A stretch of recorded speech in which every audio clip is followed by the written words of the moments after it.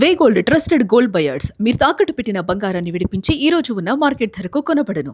ఆంధ్రప్రదేశ్ రాజకీయాల్లో వివాదాస్పదంగా మారుతుంది శ్రీశైలం దేవస్థానం పరిధిలోని కాటేజీల అప్పగింత వ్యవహారం.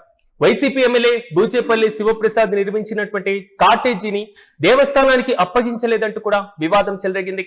2023 నుంచి కాటేజీ అప్పగించడం లేదంటూ కూడా ఆరోపణలు వస్తున్నాయి. అయితే కాటేజీ వివాదం పైన తాజాగా ఎమ్మెల్యే బూచేపల్లి గతంలోనూ స్పందించినటువంటి తీరును మనం గమనించాం. ప్రధానంగా కాటేజీని ఎప్పుడో అప్పగించామంటూ కూడా వీడియోను రిలీజ్ చేశారు. బూచేపల్లి కాటేజీ పైన తొలిసారిగా స్పందించారు శ్రీశైలం బోర్డు చైర్మన్ రమేష్ నాయుడు. త్వరలోనే కాటేజీలను స్వాధీనం చేసుకుంటామంటూ కూడా ఆయన ప్రకటించారు. గత ప్రభుత్వం అలసత్వం వల్లే కాటేజీలు పెండింగ్ లో ఉన్నాయంటూ కూడా ఆయన విమర్శల వర్షం కురిపించారు.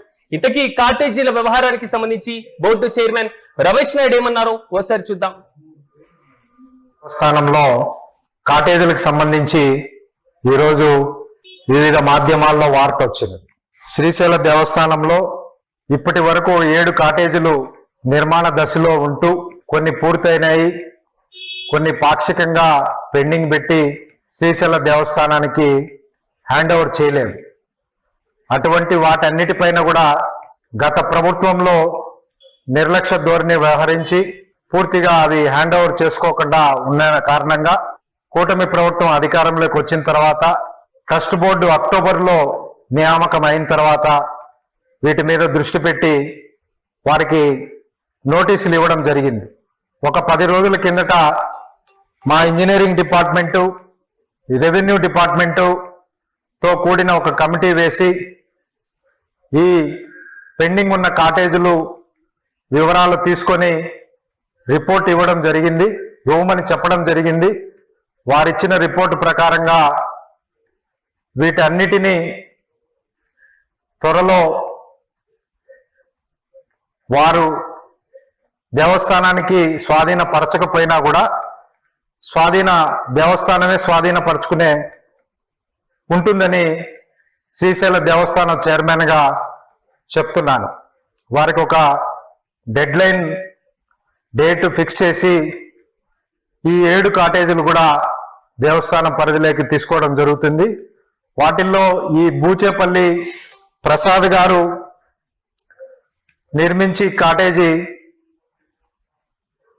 పూర్తయినా కూడా వారు హ్యాండ్ ఓవర్ చేయకుండా ఉండడం ఏదైతే ఉందో, వారికి ఆ గతంలో అనేక సార్లు నోటీసులు ఇచ్చిన కారణంగా వారు నిన్న మీడియాలో వార్త వచ్చిన సందర్భంలో వారి మనిషి చేత రాత్రికి రాత్రే కీస్ హ్యాండ్ ఓవర్ చేయడానికి ముందుకు రావడం జరిగింది. ఒక పద్ధతి ప్రకారంగా దేవస్థానానికి వారు హ్యాండ్ ఓవర్ చేయాలి కాబట్టి ఈ ప్రాసెస్ జరుగుతుంది.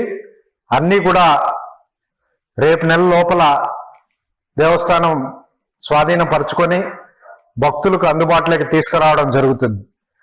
అలాగే దేవస్థానంలో కూడా ఈ కాటేజీలకున్న పేర్లు మరియు కులసత్రాలకున్న పేర్లు వీటన్నిటిని కూడా మేము బాధ్యతలు తీసుకున్న 2 నెలల్లోనే వీటిపైన చర్చించడం జరిగింది. అన్ని పేర్లు కూడా స్వామివారి నామాలు, అమ్మవారి వివిధ రూపాల్లో ఉన్న పేర్లతో వాటిని పెట్టాలని, ఇది ఎండోమెంట్ టెంపుల్, టీటీడీ మాదిరి సొంత నిర్ణయాలు తీసుకునే అవకాశం మాకు లేదు. ఏ నిర్ణయం తీసుకున్నా బోర్డులో పాస్ చేపించి కమిషనర్ గారికి పంపాలా, కమిషనర్ గారు తిరిగి దాన్ని ఆమోదించి పంపడానికి కొంత సమయం పడుతున్నది. త్వరలో ఈ కాటేజీల పేర్లు, కులసత్రాల యొక్క పేర్లు కూడా స్వామి అమ్మవార్ల నామాలతో ప్రకటించబోతున్నాం. అలాగే కొద్దిమంది ఈరోజు మీడియాలో మాట్లాడడం జరిగింది. శ్రీశైల దేవస్థానం గతంలో ఈ బోర్డు రాకముందు వచ్చిన తర్వాత ఎంతో మార్పు చెందింది. మీరు స్థానికంగా ఉన్న ప్రజలను కానీ అక్కడున్న మీడియా మిత్రులు కానీ అడిగి తెలుసుకోవచ్చు. శ్రీశైలం ట్రస్ట్ బోర్డు ఏర్పడిన తర్వాత ప్రపంచంలో ఎవరు తీసుకోలేనటువంటి నిర్ణయం చెంచు గిరిజనులకు నెలలో 1 రోజు ఉచిత స్పర్శ దర్శనం ఏర్పాటు చేయడం జరిగింది. అలాగే భక్తులకు ఉచిత లడ్డు ప్రసాదం కూడా ఇవ్వడం జరుగుతున్నది. అటువంటి నిర్ణయం తీసుకోవడం జరిగింది. భక్తులకు ఎంతో ఉపయోగపడే విధంగా ఉండేటట్లు తిరుమలలో ఉన్నటువంటి పబ్లిక్ ఇమ్యూనిటీ కాంప్లెక్స్ ఒకటి నిర్మించాలని చెప్పి తీర్మానం చేయడం జరిగింది. అలాగే తిరుమల తరహా క్యూ కాంప్లెక్స్ ఒకటి నిర్మించాలని నిర్ణయం తీసుకోవడం జరిగింది.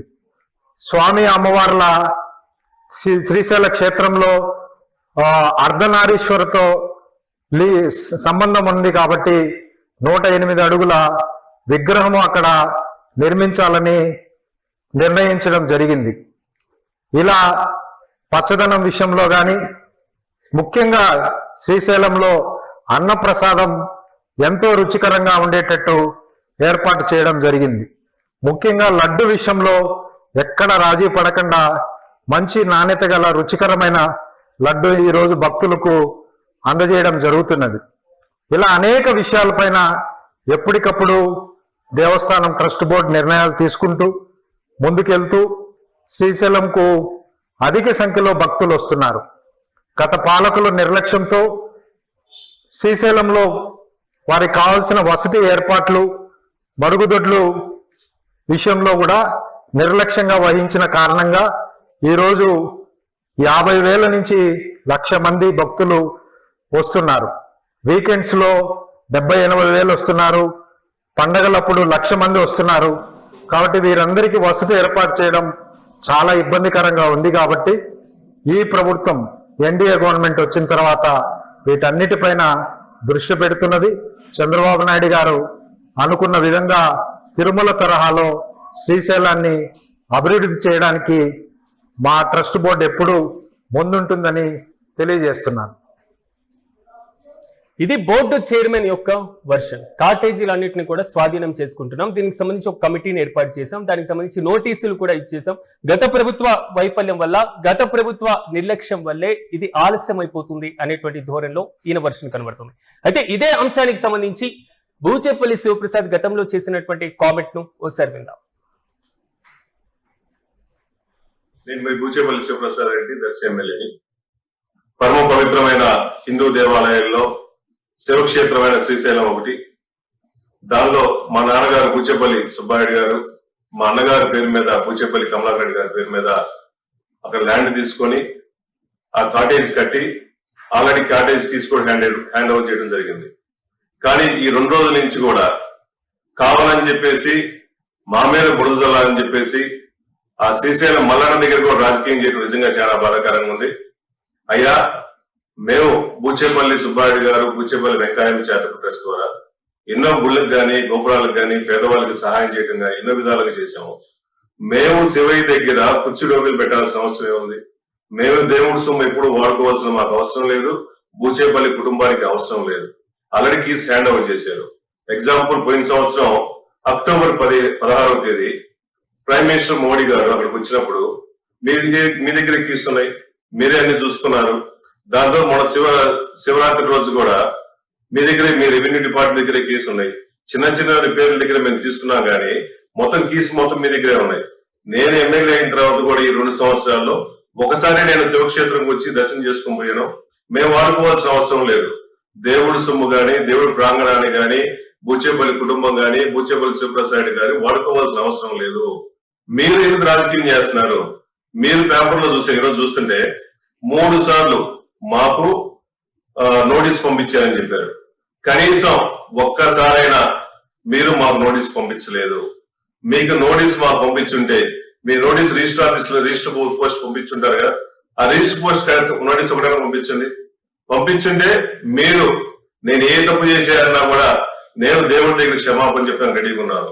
లేని పక్షాన మీరు కానీ, మీరు కూటమి ప్రభుత్వాలు కానీ, మీ నాయకులు కానీ, ఈ పేపర్లో రాసిన ఈనాడు కానీ, జ్యోతి కానీ, TV5 కానీ మీరు దేవుడి దగ్గరికి వచ్చి, శివక్షేత్రం దగ్గరికి వచ్చి మీరు దేవుడి దగ్గర క్షమాపణ చెప్పడానికి మీరు రెడీగా ఉన్నారా? ఎందుకు రాజకీయం చేస్తారు? మీరు కావాలని చెప్పేసి ఒక డైవర్షన్ చేయాలని చెప్పేసి మొన్న జరిగిన 2 సంవత్సరాల్లో చంద్రబాబు నాయుడు గారు వెన్నుపోడు ప్రోగ్రామ్ ని డైవర్షన్ చేసుకోవడం కోసం ఏం చేస్తున్నారు? మొన్న వెంకటేశ్వర స్వామి వాడుకున్నారు, ఈ రోజు శివయ్యను వాడుకుంటున్నారు. ముళ్ళుగా శాసించే శివయ్య మిమ్మల్ని చూస్తా ఊరుకున్నాడు. మిమ్మల్ని ఈ విధంగా అబద్ధం ప్రచారాలు చేస్తా ఉంటే, విష ప్రచారాలు చేస్తుంటే, మా మీద బురజలుతుంటే దేవుడు మిమ్మల్ని క్షమించడని చెప్పి తెలియజేస్తూ, మేము మొదటి నుంచి కూడా శివయ్యను గాని వెంకటేశ్వర స్వామిని పూజించే కుటుంబంలో ఉండేవాళ్ళం. ప్రతి సంవత్సరం మా అమ్మగారు ఐపుస్వామి మారేసుకొని వేలాది మంది భోజనాలు పెడుతుంటాం. శివయ్య కొడుకు ఐపుస్వామికి భోజనాలు పెడుతున్నాం.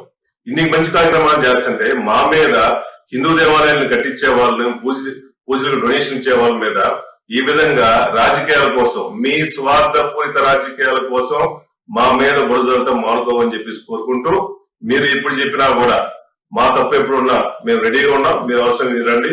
మా వల్ల శివయ్య క్షేత్రంలో శివుడికి అన్యాయం జరిగింది, నష్టం జరిగిందని చెప్పి నిరూపించండి. మేము ఎంత కావాలో మేము డొనేషన్ ఇస్తాం. 10 లక్షలైనా 20 లక్షలైనా మేము ఎప్పుడు డొనేషన్ చేస్తుంటాం. మా వల్ల నష్టం ఉంటే ఏ నష్టం జరగకుండా డొనేషన్ చేస్తామని తెలియజేస్తున్నాం.